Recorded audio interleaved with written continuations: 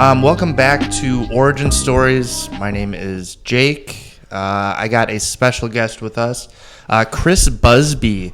I met Chris probably like when I first started. Okay. I was just reaching out to every realtor possible. I was going through my phone and I was like, oh my God, Chris, because I feel like you had such a good story and you're so driven and caffeinated and the energy and just I loved it. And I feel like I was like, man, that would be the perfect guest to have on. I'm so curious as to, you know, your childhood, how you got to where you are now, any hurdles you had to overcome, all that stuff. No pressure. No pressure. Yeah. Okay. So maybe just start with like where you were born. Okay. So I was born in a small town in Nebraska and moved to Bemidji, Minnesota when I was 3. So for the most part, I consider myself, or for the longest time, I considered myself a Minnesotan. Now I'm not even sure where I live. Because go ahead. Sorry. So I grew up in Bemidji. Yeah. Went to high school there. Went to college there, and then.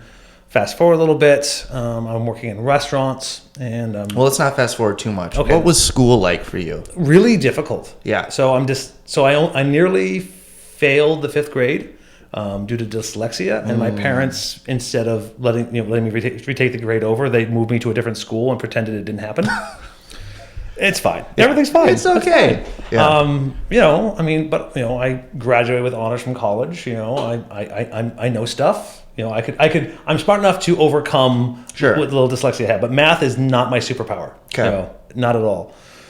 So, small town, Bemidji, my dad was a veterinarian. My mom had a jewelry store. So, you guys did okay. In hindsight, my parents were kind of a big deal, but I was super self-conscious, super fat kid, nervous, anxious, people pleaser.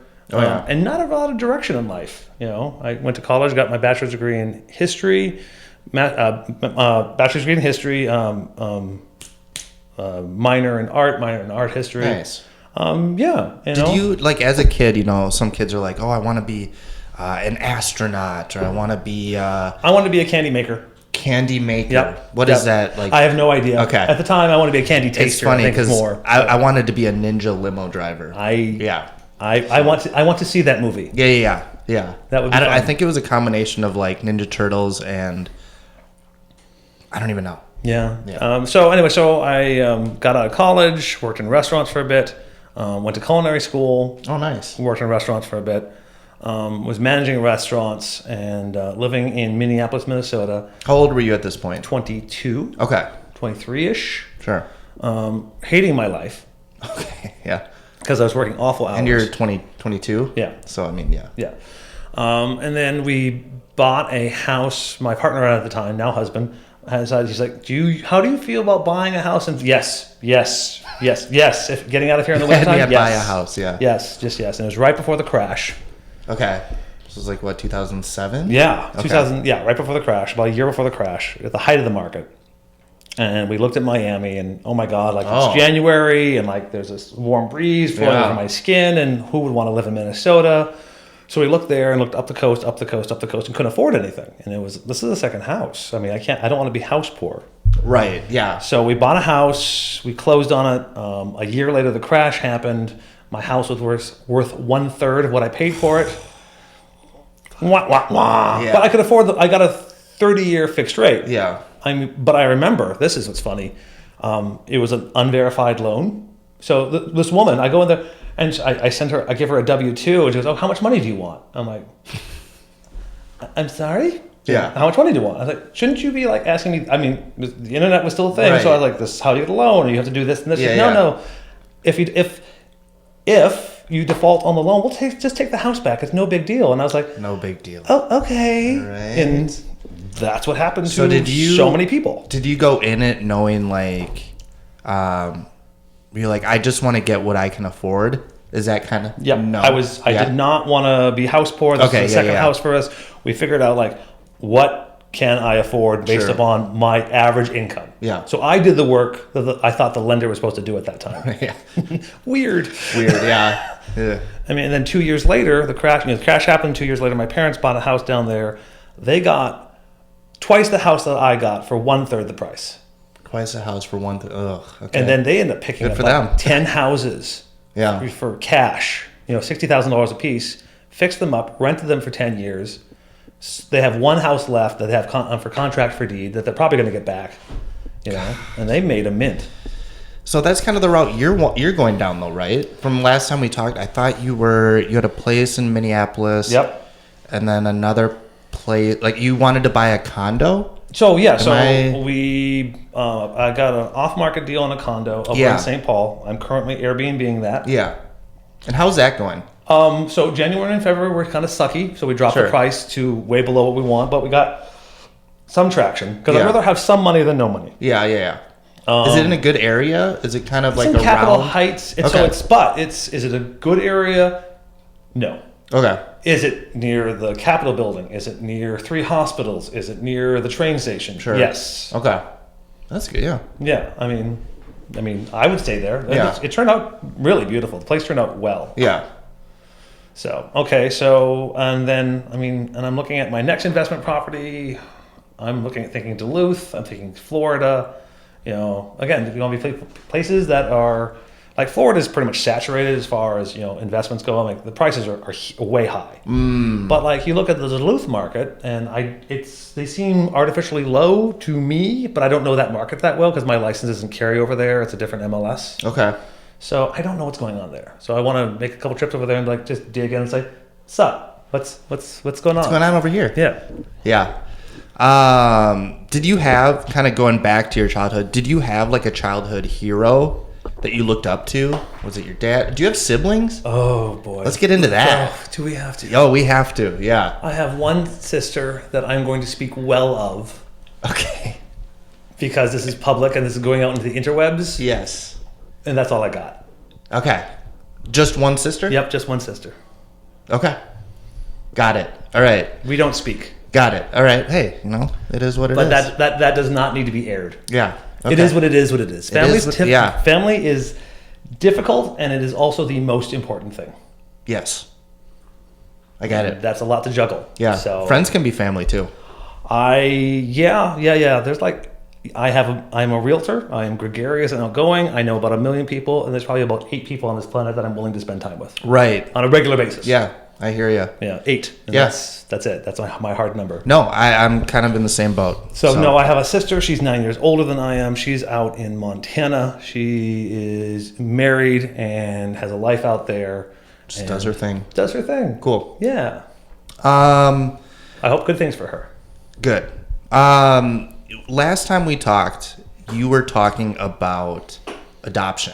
Oh boy. Yeah. Okay. Let's get into it. So let's go. So I am 46. I am not getting any younger, and I always wanted to be a dad. Okay. And it's time.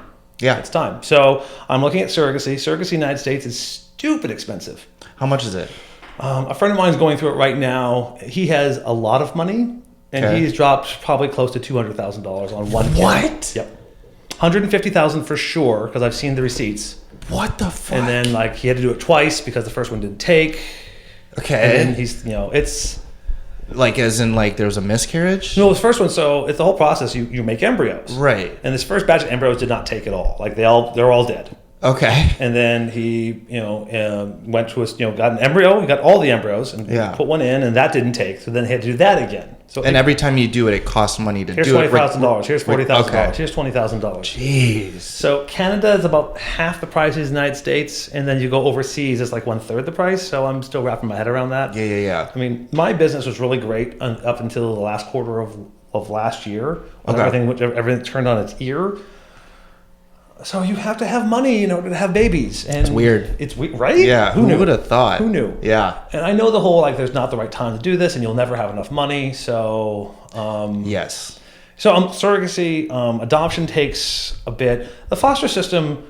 I've had a couple clients who have kids in the foster system, and one of my best friends has kids in the foster system, and he has good things to say. But overall, you're good. You're good. Just stay where you are. Overall, the foster system is a lot. It is not all roses, and it's really, I find it really intimidating. Well, all I ever hear, I mean, I'm sure there's success stories and really good things. 100%. Yeah. But all I ever hear about it is like, it's like how horror movies start. You know what I mean? It's like I always hear like bad things, but I'm sure obviously there's not all. So bad. you would ask me who my childhood hero was. Yeah. I was thinking about that as I was killing for time here. Yeah. It's corny, but honestly, my childhood hero will probably still be my mom. Aw. Right? How are you gonna say like such Batman? such a gay boy? No, that's awesome. I'm probably the same way. My mom is incredibly smart, incredibly gregarious, smart businesswoman. She just tends to make money in anything she touches. I mean, God damn it!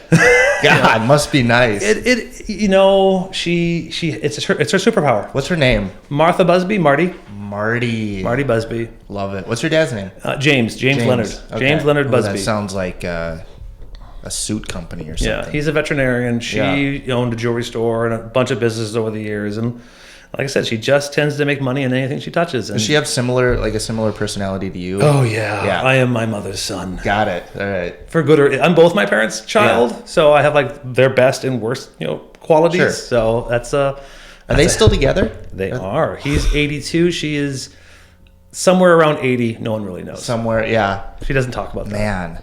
So did they have a loving relationship growing up? Oh boy, my dad's dad divorced my grandmother. So I had two grandmothers and two grandfathers on that side. And my mom, I never got to meet my mom's mom. Okay. She went peace out. I don't have all the details when my mom was just a baby. Like died? No, she just left. Oh, she just left. Oh. I think there's some alcoholism there. Jeez. Yeah, and it's not a good story. Yeah. But so I have a step grandmother. Yeah, so divorce on both sides, really. Yeah. My parents have been together my entire life, obviously. Sometimes I wonder for good or ill, because again, family is the most difficult thing, right, and the most important. Well, where did I hear it? Like there was a statistic where like single family homes, there's like exponential like prison. There's just the stats are like against a kid if their parents are divorced or like have a single family home, and it was like god damn, because I grew up in that.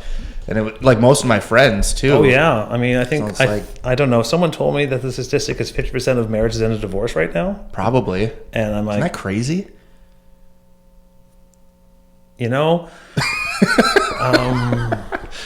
Everyone has their reasons, yeah, and every relationship is different. And right. I am not here to tell you it is what it is. And people grow together, or they grow apart, or right. they grow near each other. And, or it was only meant to be for that long. Well, so this is interesting. A friend, where did I read this? There's this idea in America, or in the Western culture, that the only successful relationship is where the other person dies.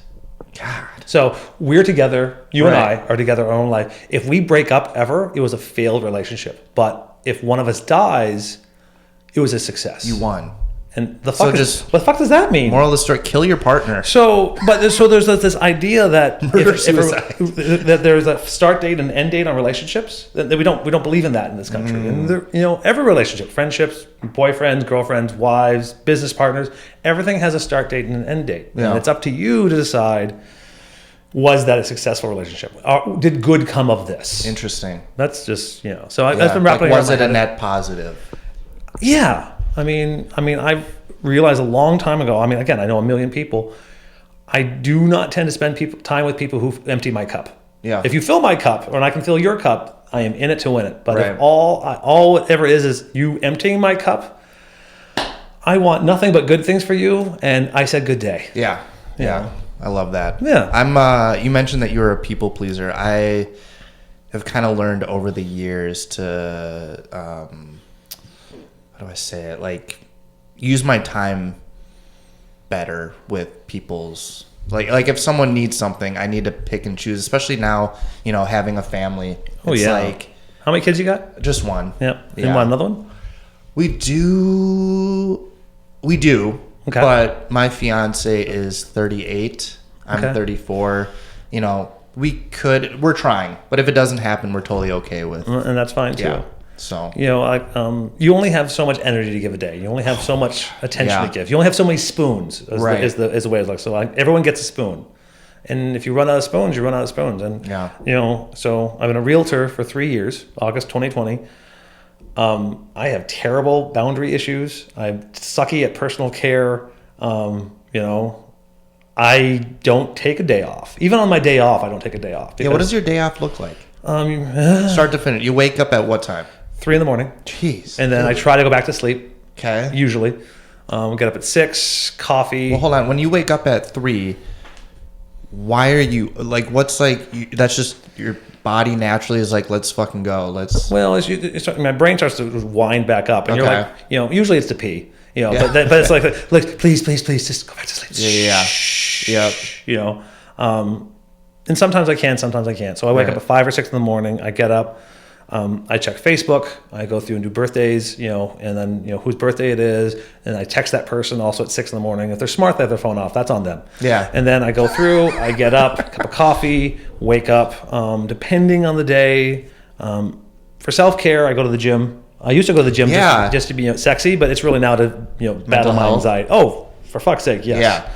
It's not about my clothes fitting. That's a perk. It's really more about, for those hour, I can't think about, if I work hard enough and I'm uncomfortable enough, I can't think about anything else going on in my day. When they say like, if you work out in the morning, it kind of makes all the other mundane bullshit throughout the day seem just effortless. Well, it just sets your day up. I'm a big fan of endorphins. It's one of the only drugs I do these days. So.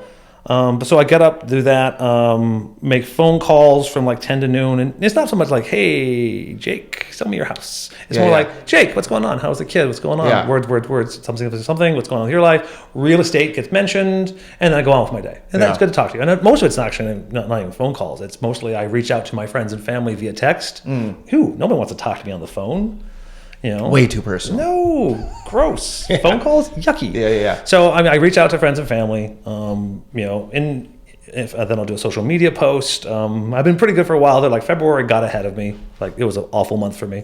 I just hate February every year. I hate February in Minnesota, especially. It was short. It's like the shortest days, but it lasts the longest. I feel like this February was stupid. Yeah, so stupid. When we get off air, I'll tell you a really embarrassing story that I just don't think you want. I gotta remember that. Yeah, right. It's awesome. It's next level. You sure you don't want to? I don't know. It involves bodily fluids and almost getting on a no-fly list at the airport. I don't know if I really want to. Save it. We'll save it if you don't mind. Yeah. And I'll let you decide if you want that in an episode. Yeah. So this is your day off. Yeah. So day off. Oh, this is my day off. Oh, yeah. Okay. Okay. So all the same, not making phone calls. But But working out every day though. I go about 6 days a week. Okay, and then how long is the workout session? Hour and a half. I go in there, lift for 15, cardio for 30. I'll knock out a couple hundred sit-ups, shower, shave, and go. Yeah. So nice. So and that's just my standard. I'm working at surrogacy, so it's just everything. My life was different before looking at how I take care of my body and all that. Before I was looking at becoming a father as opposed to now. So you're married. I am married. And how's that going? I don't want to get too into the weeds because you mentioned. So I've been with my husband for 23 years. Okay. Keep going. I'm just going to restart that camera. He does not. He and I have an amazing relationship. He's my best friend, and there's nobody on this planet I trust more than I trust him. Okay. So he's super supportive. He's in Florida right now, and he's an amazing human being. Yeah. Dude, even at 34, I get home and I'm like exhausted. I just, even with my kid. You're not making this better for me, Jay. I'm just warning you. Everybody told me when I used to work at the nursing home, all the residents would be like, you're going to be so tired. And I'm like, I'm fine. And then once he came and, we're up every 2 hours feeding and it's the best, first off. For sure. Preface you that by better saying, say that because people are listening to this. No. It is the best thing ever. I am obsessed with my son. I would literally die for him. Like, the most amazing thing ever. The smell of his hair. Like, literally everything. Okay? That's pretty cool. That's pretty cool. I'll say that. Not creepy at all. No, not creepy at all. The way his skin tastes. No, I'm kidding. No. But it is the best, but so exhausted. I'm just warning you. No, I get that. I mean, so I was talking to my mom, and she's like, "Hey, so blah blah blah, so and so, their daughter, she just got pregnant. She's 16. Do you want the kid?" And I'm like, "Oh fuck." Oh, an opportunity, but it's not your. True. Does that matter to you? I would like I would like my progeny out there. Right. But if the universe thrust a baby into my lap, shut up, and Yikes. you love that baby. Clip it. You know, that's gonna go. Yeah. You know? Yikes. Yeah. I mean, seriously, if the universe shoved a baby into my life right now, I'd be like, it's fine, everything's fine. Yeah. But I would make it work. Yeah. Because this is what you want. Right. If you keep asking the universe for this thing and you get it, you better be grateful. You'll never be prepared. No, and I get that, but it terrified me. I started thinking, I have my real estate license in 2 different states. Minnesota and Florida. Yeah, and I'm like, well, how do I just strap a baby to my chest and do showings? Because I think that could totally be a brand. Yeah. I could be on board with that brand. Make merch and yes. Yeah. Why not? My tagline is "Get behind the beard." It's just get behind the baby. Yeah. Oh, that's so good. Mm-hmm. Do you have names picked out? And if so, I do. Okay, what are they? So obviously, let's rank them. Christopher James would be if it's a boy. Yeah. Is that your middle name? Yes. Well, actually, I have 2 middle names. No, pro tip: never give your kid 2 middle names. Yeah. It is more trouble than it's worth. You have no idea. Social security cards, driver's license, background checks. Do you want to know my full name? Yes. John Jacob. Oh, that's rough. It's fucked, dude. Mine's Christopher James Bernard. That sounds classy. It looks great on a business card. It does not fit on most forms. Oh, sure. Yeah. So it's Christopher James Bernard Busby. Yeah. Got it. Yeah. Oh. So Christopher James if it's a boy, and then CJ. Would you go CJ? Mm-hmm. Yeah. No. Yeah. I have no problem with that. Okay. And then I like the name Cecilia. Ooh, because that's my husband's mom's name. Yeah. And then I like the name Jane. Jane. I've always liked the name Jane. Okay, yeah. And also Martha as my after mom. So like CJ or MJ, Martha Jane or Christopher James, are the lead right now. Yeah. Are you hoping for a boy, girl? I mean, is there a preference? I think you end up sounding like a douchebag if you say, yeah. As long as and everyone always says as long as it's healthy and it's 10 toes, which is a lie. Yeah. I'm trying to think it would be easier. Right. I think, and people say, girls are easier because they're not destroying everything, but boys are easier because they don't have all the emotional damage, which is a lie. I mean, boys have just as much emotional damage as girls. You meet any of your kids' friends, they're just as distraught. I would be a nervous wreck if I had a girl. I'd be too like. Oh man, I am going to be the worst helicopter mom ever. Yeah, really? Oh, just hovering all the time.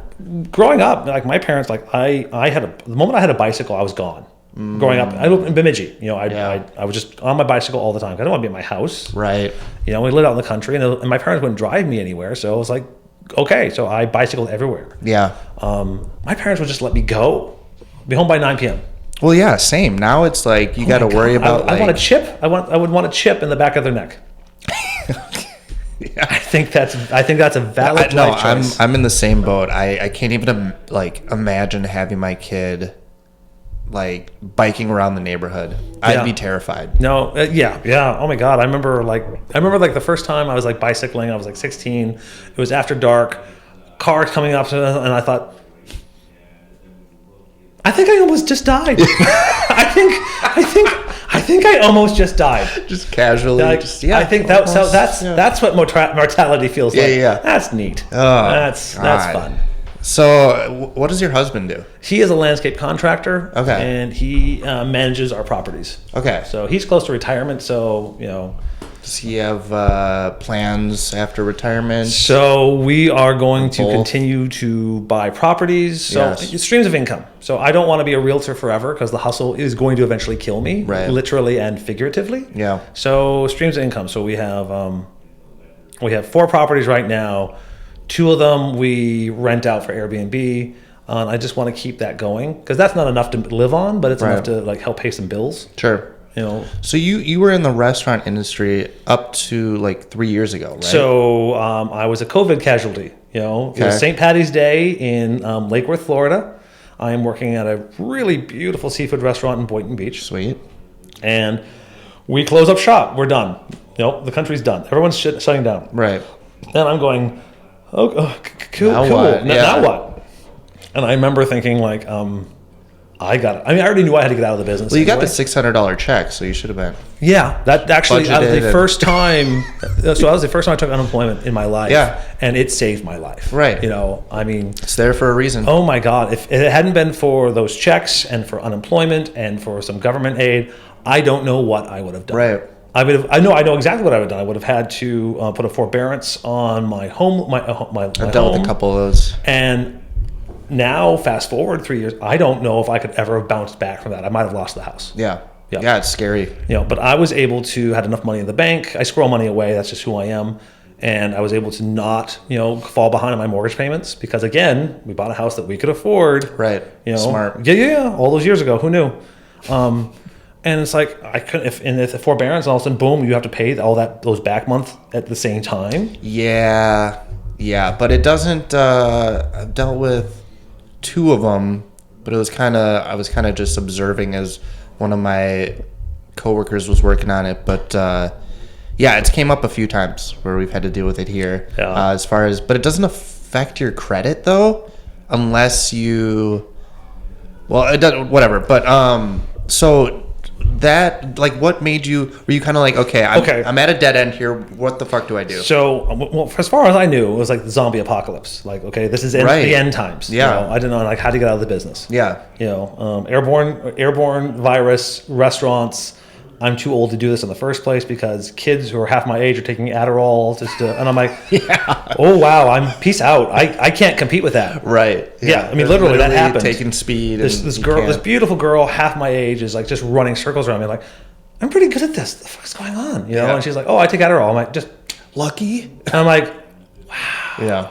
It's like a cheat code. I gotta go. Yeah, that's exactly what it is. Yeah. So I knew how to get out. So I turned to my husband and like, what do you think about me getting my realtor's license? He's like, yes. Well, how'd you get that idea though? So I had to do something. So I Right. have to do something where I can make some money. Sure. It's not gonna take me 2 years of schooling because I need to do this now. Yeah.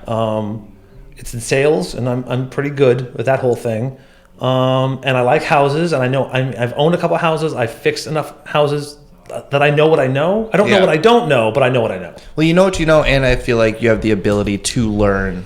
Well, so that's interesting. I can talk about that in a second. So, Yeah. and so I got my license, you know, and August of 2020, I sold one condo that year. Thank you, Laura. I love you. You were an amazing Shout friend. out, Laura. Yep. We know you're watching. And then, you know, Matt and Jenny Bundy were my 2 next sales after that, and they've really, you know, really trusted me, and they're amazing. And then, bing, bing, bing, bing, bing. You know, 2021. After that, was it kind of like referrals? All my business is referrals. All of my business is referrals. I can see that for sure. Right? Yeah. Who knew? Yeah. So I, you know, again, my sphere of influence is all my business, and you know, I'm like I said, when I reach out to people, it's never, hey buddy, sell me your house. It's more, I heard the best quote. Keep going. it's more like, hey, you know, I'm selling real estate. If you know anyone, think of me, and you know, say hello to the wife or say hello to the husband, or you know, how are the kids? You know, This you keep quote, it light. This quote I feel like embodies you. Your network is your net worth. I don't know why that was such a short quote. I don't know why I had to look it up. But Okay. Your network is your net worth. Well, Not that you should just use people for money, but when I heard that, I was like, oh, that's kind of interesting. I take it very seriously when people bring me business. You know, like, Yeah. hey, my son's looking for a house. Okay, that's a lot of responsibility. You are trusting me with your son for this transaction. You know, and I've had a couple of deals go south. I've had a couple of things, weird things happen, but you know, most of the time, people buy and sell houses every day. There's road guards in place. If we do the due diligence, most of the time it works out. Sure. But yeah, no, I ended up getting Rookie of the Year that first year. Quit bragging. No, trust me. awesome. I worked my ass off for Yeah. that. You're at Keller Williams. Yep, I'm at Keller Williams in Yeah. both states. I did 4.8 million in sales my first year. I did 4.8 million last year. I did 20 transactions last year. I'd like to do 28 this year. And what is so obviously, being a realtor is your primary source of income. Mm-hmm. What percentage of that is your total income, would you say? Because you do the Airbnb thing. Oh, it's probably at least 90%. Oh, okay. So, All right. well, it's because, I split the income with my husband. Sure. So, like, the Airbnb in Florida has been there forever. And it's at 95% capacity for the 6 months, 6 or 8 months we're there. So that's like $10,000 right there. Boom. Larry gets most of that because that's what he does for a living in the wintertime. That's how we set it up before this, and that's fine. Let's just leave that be.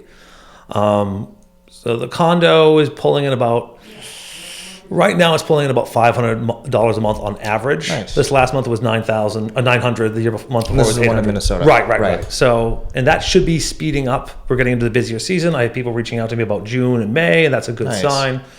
I mean, it was a really inexpensive. It was a car loan. That condo was a car loan. Yeah. A nice car, but a car loan. So what you said you have one in Florida, right? You just said. So what we have is the house in Florida had a utility building on the back side of it, where the guy kept his washer and dryer and weight bench. Sure. We rehab that into a mother-in-law suite. It doesn't What is have that? What's a so it's just a tiny. Basically, it's a tiny house. It doesn't have a full kitchen. And where is it in Florida? Lake Worth, Florida, Lake Worth Beach. Okay. So I might have to hit you up on there's that. a washer and dryer there, so we put in a toilet, the tiniest sink ever, a wraparound porch, an outdoor shower. Love that. Coffee pot, and a microwave. Yeah. Boom.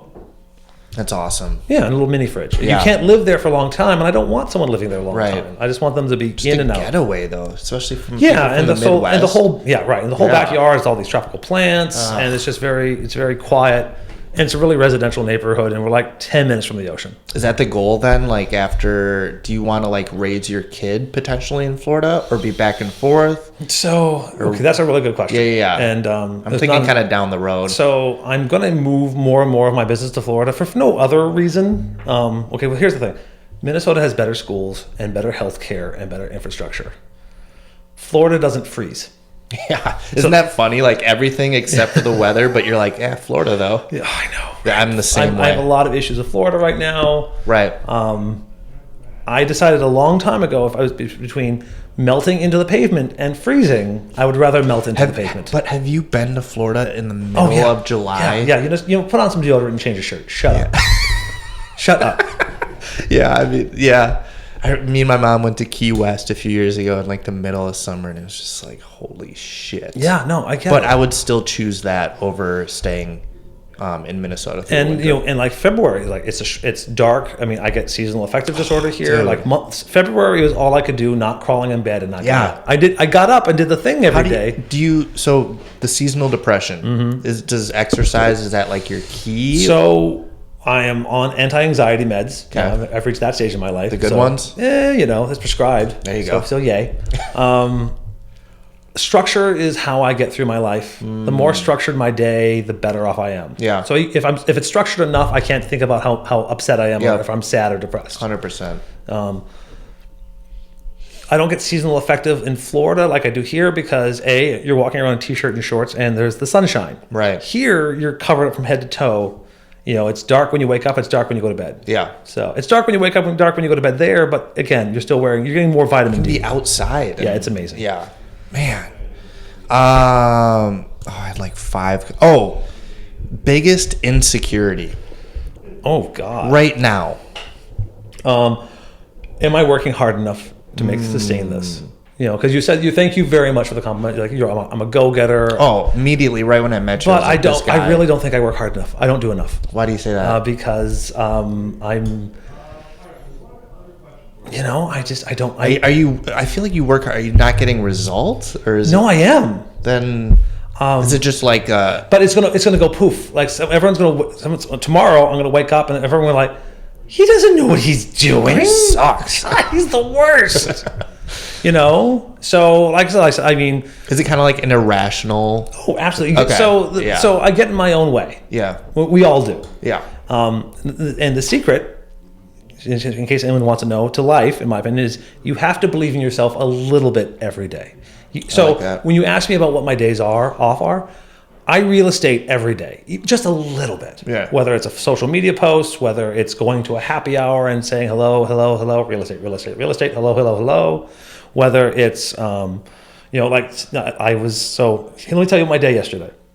I'm working with this investor out of California who wants to do a series of flips in Minneapolis. I am very blessed to work with him because he's amazing. Yeah. A, he's bringing me business, but B, he's willing to teach me everything he's doing. That's awesome. So even if the margins aren't quite where he wants them to be here in this market, so he may be pulling out, and if that happens, I'll be sad, but I will be forever grateful to this man for everything he's taught me. Right. Like, I want to stay in contact with him. It's like, if you ever need anything, you've altered the course of my life because you were willing to teach me stuff. And trust me, that is more valuable than gold. Right. So I got up yesterday. I was looking at houses. I was meeting with a general contractor at another house. The bid's too high. It doesn't make sense. We end up putting a lowball bid on that house because, boom, this is what you have the house on the market for. This is what the repairs are. This is what the closing costs will be. He needs to make this much margin. Way more negotiating power right now. Yeah, like, but people want what they want. Spring is coming up and it's going to look crazy. Yeah, I would love to have that conversation with you. I don't know if this is the right place to have it, but I would love to have that conversation with you. What you think is going to happen? But okay, so showing. Well, I'll cut it short there because I don't know what's going to happen. Long story short, but I mean, I have a few predictions. Are you time constrained? No. I turned my phone off to silent on purpose because this is an unprofessional podcast. I don't give a shit. Obviously. Yeah. And then like last night, I ended up making 3 recipes because I'm going to meet with my photographer today. I do a newsletter once a month, so it'd be a recipe, it'd be market stats on one side, and a recipe I put out the next day. Smart. Yeah, it's just local. I was going to ask you because you have such high energy, and I feel like you're really good at talking, I guess. Have you thought about doing like more social media, like videos and stuff? And so I do. Am I missing it? Because I feel like my news feed is just full. But so like February was rough for me, right? Okay. There's a lot of personal stuff going on. Sure. But okay, so there's an ad, video, ad, video. Hey, I sold $4.8 million last year. Ad. I like those, not so much like selfie videos, but so like, what are you thinking? Because I'm here to learn. Yeah, I can show you some videos I've done for like the guys in the office. Obviously, I wouldn't charge. I could do like a few for free and just let me know what you think. And do you have like a logo, like the beard thing? I could put that in the corner of the video for branding, your information, all that stuff. Just like basic promotional. Yeah, no, videos. I mean, like I said, so I consider myself so I'm a successful realtor because I can pay the bills. That's the baseline for being a successful realtor. But one of the reasons I consider myself successful is I surround myself with people who are smarter than I am. Yeah. So anytime I find myself in a situation where I'm not the smartest person in the room, instead of getting butthurt because someone's smarter than I am, unless they're an asshole, I try to like shut up and like ask questions and learn. Like I'm meeting with a general contractor yesterday, and I said, hey, you know what? I'm going to ask you a bunch of annoying questions, and the reason I'm going to ask you these questions is I want to know.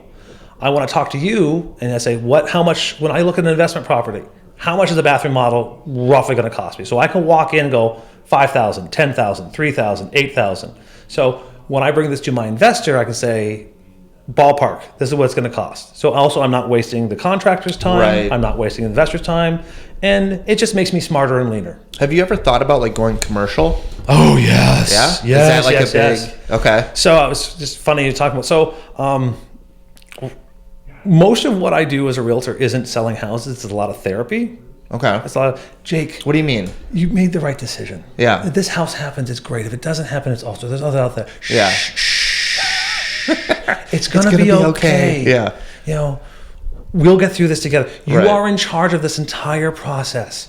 I'm your agent, but you are the one who's, if you want to walk, we'll walk. If you want to stay, we'll stay. Right. It's 100% up to you. Woosah. That's what I do. With some sage. So I like working with an investor because it's just about the numbers. Yeah. I have to go into a property. I have to do around the comps, do a CMA, figure out what his margins are, what the closing costs will be. Not a lot of like hand holding. No, and that's I like to make this as empirical and as sciencey as I can. It's not about, do I like this house? Do I like the feng shui in this? No. What is the resale value on this? What's the ARV, the after repair value? Can we sell this for a profit? Yes or no? Good. No. Good. We move on. Yeah. So it's to the point. It's straightforward. So I was in Goodwill in Florida, and I was buying this kick-ass mohair jacket for like $20.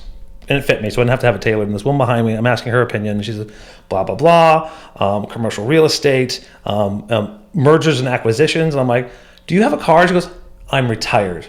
She was a realtor for all the years. Now she's an artist, retired. And I was like, do you have a car? And I didn't bring a car with me either because I'm Goodwill. I'm not expecting to talk to anybody. Right. That's fair. But it's just like, commercial real estate, I think, would be my jam. I think I would like how intricate it is, and I would like all the negotiating, and I would like all the just less emotional attachment. Yeah. Because I feel like a lot of times that's like, you know, when I had a lady the other day who she's like, I don't even know how old she was, like maybe 30, single, the nicest woman ever. And I want to do good by her because I've like grown to care about her.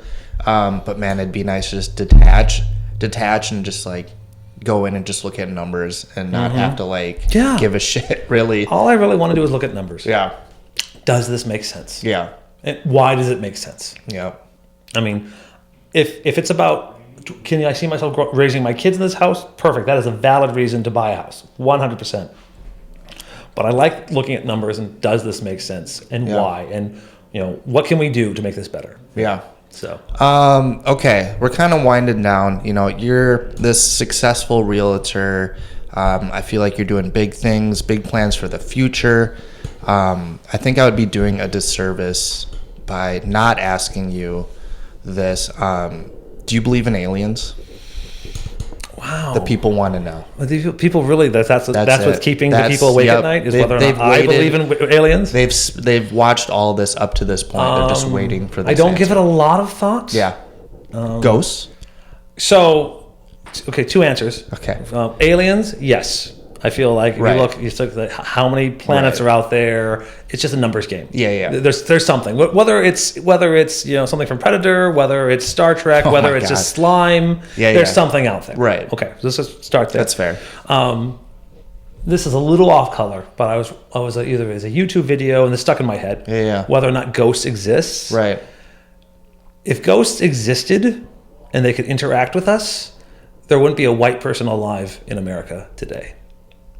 What do you mean? Expand. Between like I'm Native trying to- Americans, Right. you know, African Americans, slavery, all Right. the things that have happened in this country. Sure. A lot of countries, but let's keep to this one for the second. Right. You know, there wouldn't be a white person. There'd be so many vengeful ghosts out there. The population of white folk would be gone. I didn't even think of that. Yeah. Have you ever? I always thought like. I mean, I would everything I've read, I'd be pissed off too. Oh yeah, 100%. I always thought that like maybe ghosts they can't see us, and usually we can't. Like they're in a different dimension, so they're doing their normal stuff, and that. Anyways, this is for another podcast. But last question though, I usually ask people is how do you want to be remembered when you're gone?